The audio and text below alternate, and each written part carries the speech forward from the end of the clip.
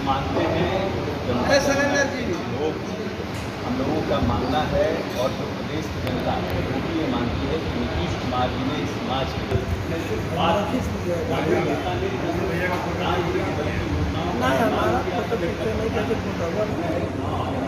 हमारे समाज के लोगों को दूसरा लाने की तरफ कि हम लोगों की पार्टी ज़्यादा से ज़्यादा चालू करके हमारे नेता माननीय नेता का 6 तारीख को वर्चुअल रैली भी है और क्या सुझाव आने वाले समय में अपने समाज के लिए हो जिससे कि नेता एड्रेस करें, क्या योजनाओं के बारे में अपने नेता को बताएं, इन सब बातों की चर्चा करने के बुलाएं। हमारे यहाँ पर बड़े भाई हजारी भी हैं, चाहते हैं जुड़ते रहें, अपनी बात को करते रहें, कैसे कारगर ढंग से रूप से हम अपनी बात को जनता के बीच ले जाएं, क्योंकि कोई दूसरे राज्य के लोगों के लिए किया है। शायद इस देश में महात्मा गांधी के बाद तो ऐसा युग पुरुष पैदा हुआ जिसने सामाजिक, आर्थिक और राजनीतिक रूप से हमें सबल बनाने का योजना बनाकर बजट का प्रावधान करके सरकार कैसे हम आने वाले समय में रणनीति बनाएं, कैसे हम कार्य अमल करें, इस पर हम लोग चर्चा करने की आज की बैठक बनाए हैं।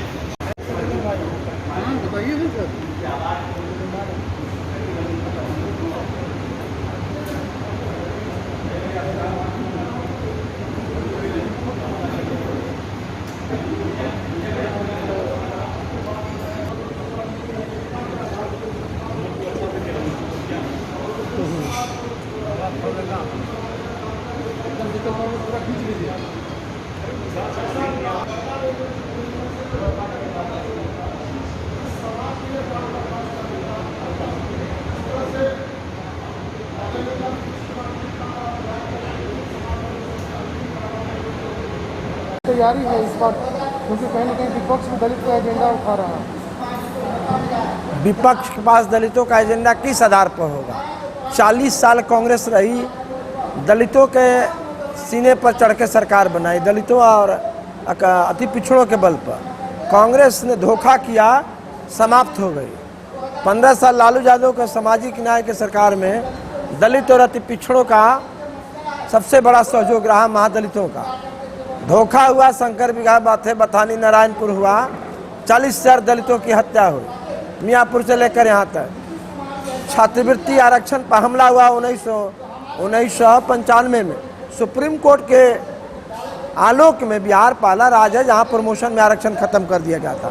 तो हमारे गर्दन पर तलवार, हमारे अधिकार पर तलवार जो चला है, उसको आपको लगता है कि उसको समाज वोट करेगा? नीतीश कुमार ने संसदीय राजनीति में 70 वर्षों में बाबा साहब के बाद पहली बार दलितों के अधिकार का सुरक्षा किया है, उनके अधिकार को दिया है। न्यायपालिका जैसे मामले में आरक्षण दिया, देश में कहीं नहीं है। एकल पदों में आरक्षण दिया, साइकिल, पोशाक, एक बिजली, सड़क, महादलितों का जोड़ने का काम किया। जिन मुशायरी में कभी कोई गया नहीं, उस समाज को भी निर्माण करने का काम किया। तो उस सवाल पर समाज कहीं दूसरे जगह नहीं जाएगा, नीतीश कुमार की अगुवाई में रहेगा। तो यही कहेंगे कि 20 सालों से हम आरजेडी में थे, लेकिन मुझे कहीं से भी नहीं लगा कि ये लोग दलित प्रेमी हैं और कहीं न कहीं अपने आप को अपमानित महसूस करते हुए, इसलिए कि चूँकि मैं अन्य कास्ट से नहीं बिलोंग करके दलित समाज से आती हूँ, जिसके कारण मैं अपने आप को कहीं न कहीं डिमोलाइज महसूस की। तब मैं, चूँकि मैं पूर्व से जानती हूँ इस पार्टी को, समता पार्टी में जब थे तब माननीय आदरणीय श्री नीतीश जी के साथ हमको काम करने का मौका मिला था और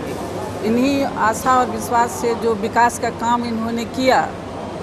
इन अपने कार्यकाल में, 15 साल के कार्यकाल में, उससे प्रभावित होकर के, चूँकि मुझे अपने क्षेत्र का विकास करना, मेरा क्षेत्र बहुत ही पिछड़ा जगह है, चूँकि सुरक्षित सीट होने के कारण वहाँ समुचित विकास नहीं हो पाया था और मैं अपने प्रयास से माननीय आदरणीय श्री मुख्यमंत्री श्री नीतीश कुमार जी से मिल करके और अपने क्षेत्र का विकास कराया और इन्हीं और आशा और विश्वास के साथ मैं जदयू ज्वाइन की हूँ फिर, क्योंकि मुझे नीतीश जी पे भरोसा है, आदरणीय मुख्यमंत्री जी पे मुझे भरोसा है कि वो मुझे सहयोग करेंगे। और जो वर्चुअल रैली होने वाला है, क्योंकि वर्चुअल रैली का हमें अनुभव नहीं है और आज उसी के लिए बैठक बुलाया गया। किस तरह हम लोग वहाँ पर मैनेज करें कि मुख्यमंत्री जी की आवाज़ को जन जन तक हम लोग पहुँचाएं, सभी, चाहे वो दलित। आज दलित विधायकों की आपने बैठक बुलाई है, यहाँ पर सभी लोग विधायक और मंत्री विभाग सरकार के यहाँ पर मौजूद हैं, क्या एजेंडा है, किस बात पर? नहीं, दलित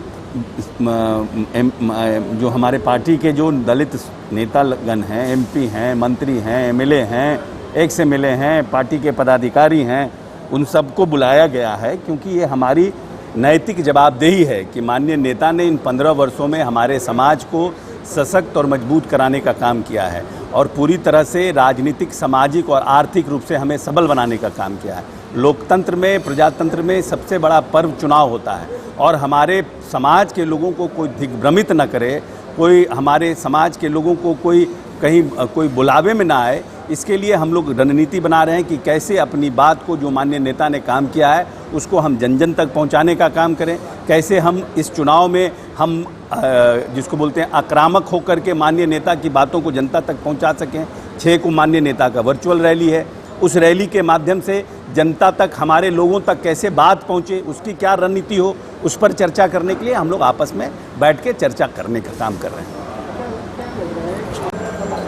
मंत्री जी, लगता है बिहार में दलित जातियों के प्रति एकजुट होगा इस बार चुनाव में? जो हम लोग के आदरणीय नेता ने काम किया है दलित समाज के लिए, महादलित समाज के लिए, निश्चित तौर पर आगे भी लोकसभा चुनाव में महादलित समाज के लोग बड़े पैमाने पर साथ दिए और ये तो विधानसभा का चुनाव है तो लंबे समय तक उस वंचित समाज को मुख्य धारा में लाने का काम किए तो अनुसूचित जाति जनजाति समाज का जो है सहमति और उनका एक प्रकार से पूरा का पूरा माननीय नीतीश कुमार जी के साथ हैं, क्योंकि वो नीतीश कुमार जी पर लोगों ने विश्वास किया है कि यहीं बिहार में वो केवल नेता हैं जो महादलित दलित समाज को हर पैमाने पर आगे आर्थिक रूप से, शैक्षणिक रूप से और सामाजिक स्तर से उसका उत्थान का बात सोचते हैं। इसलिए आगामी विधानसभा चुनाव में महादलित अनुसूचित जाति जनजाति समाज माननीय नीतीश कुमार जी के साथ रहेगा, इसमें कहीं दो मत नहीं है। लगता है कि आप लोग आज एकजुटता दिखा रहे हैं, जदयू के सारे दलित नेता एक साथ जुटे हैं। देखिए, आज ही नहीं, हम लोग शुरू से ही नीतीश जी के प्रति, हमारे बिहार के जो भी दलित हों, महादलित हों, पिछड़ा हो, अति पिछड़ा हो, सभी लोग एकजुट हैं। ऐसी बात नहीं कि केवल आज हम लोग बैठे हैं, आज एकजुटता दिखा रहे हैं। हम लोग शुरू से नीतीश जी के प्रति बिहार के जो भी दलित लोग हैं, महादलित हैं, पिछड़ा, अति पिछड़ा, अन्य वर्ग के जो भी कमज़ोर वर्ग के लोग हैं, सभी लोगों ने नीतीश जी के प्रति श्रद्धा रखता है, उन पर विश्वास करता है, इसलिए उनके प्रति काफ़ी श्रद्धा के साथ लोग रहते हैं। और ख़ास करके माननीय बिहार के लोकप्रिय मुख्यमंत्री नीतीश जी दलित महादलित के लिए, पिछड़ा अति पिछड़ा के लिए और गरीब तबके के जो भी लोग हैं उनके लिए जो काम किया हुआ किसी से छुपा हुआ नहीं है। खास करके हमारे जो अनुसूचित जाति और अनुसूचित जनजाति के लोग पढ़े लिखे नौजवान थे, 40 से 50 हज़ार के करीब टोला सेवक और विकासविद बना करके हमारे नौजवानों को रोजगार देने का काम किया। और 2005 से पहले चाहे जो किसी का भी सरकार हो, वह दलित बस्ती में जाके, महादलित बस्ती में जा कर के दलितों के बच्चे को बाल कटवाने का काम किया, नेटा पोंछने का काम किया और पेपर में, मीडिया में फ़ोटो छपवाने का काम किया। जब नीतीश जी को मौका मिला तो ये दलित के लिए काम किया। जो हमारे पढ़े लिखे नौजवान लोग थे उनको स्कूल भेजने का काम किया, जो अनपढ़ लोग थे, जो बच्चे गांव में खेलते थे। मंत्री जी, आज बैठक काफ़ी महत्वपूर्ण है, दलितों के इशू पर आप लोग यहाँ बैठ रहे हैं, सभी दलित नेता जदयू के यहाँ पर सीनियर लोग जितने हैं मौजूद हैं, किन एजेंडों पर चर्चा हो रही है? पहले भी एक बैठक आप लोग क्या करते थे? देखिए, उस समय सर्वदलीय बैठक हुआ करता था, जो दलित की मुद्दा थी उसको हम लोग उठाने का काम कर रहे थे। और आज हम लोग जो हमारे जनता दल यूनाइटेड के जितने भी माननीय मंत्री हैं,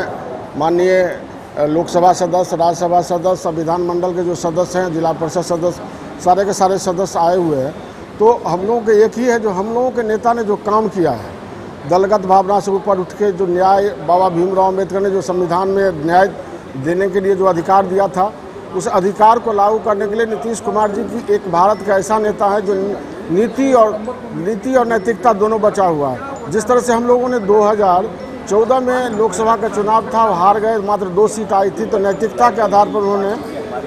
त्यागपत्र देने का काम किया, मुख्यमंत्री किया, और दलित समाज के अंतिम पायदान पर रहने वाले लोग को मुख्यमंत्री बनाया था नीतीश कुमार जी। तो ऐसा त्याग मैंने समझता हूँ कि भारत में कोई लीडर किया होगा। इसीलिए जो भारतीय संविधान में जो हमारा अधिकार था पंचायती राज में आरक्षण, पंचायती राज में उन्होंने आरक्षण देने का काम किया, नगर निकाय में आरक्षण देने का काम किया, जिससे कि महत्वपूर्ण पदों पर दलित समाज के लोग बैठे हुए हैं और उस कुर्सी को सुशोभित कर रहे हैं। उसी तरह से नीतीश कुमार जी ने न्यायिक सेवा में भी आरक्षण देके न्यायिक सेवा के कुर्सी पर बैठाने का काम किया। उसके बाद उद्यमी योजना है जिसमें 10 लाख रुपया दिया जाता है। उसके बाद परिवहन योजना है जिसमें दलितों को आगे बढ़ाने के लिए उसको मालिक बनाया जाता है गाड़ी लेकर के। तो भिन्न भिन्न योजनाओं में दलित का यदि सबसे बड़ा कोई नेता है तो उसका नाम नीतीश कुमार जी है। दलित समाज में कोई पैदा ले लेने से दलित का नेता नहीं हो जाता है। जो दलित समाज के लिए काम करता है वही नेता होता है। इसलिए नीतीश कुमार जी दलित समाज के सबसे बड़े लीडर हैं और दलितों के सबसे बड़ा कल्याण का काम कर रहे हैं। हम लोगों को सभी साथियों का फर्ज है, काम है कि अपने कार्यकर्ताओं के द्वारा गाँव तक अपने नेता का काम का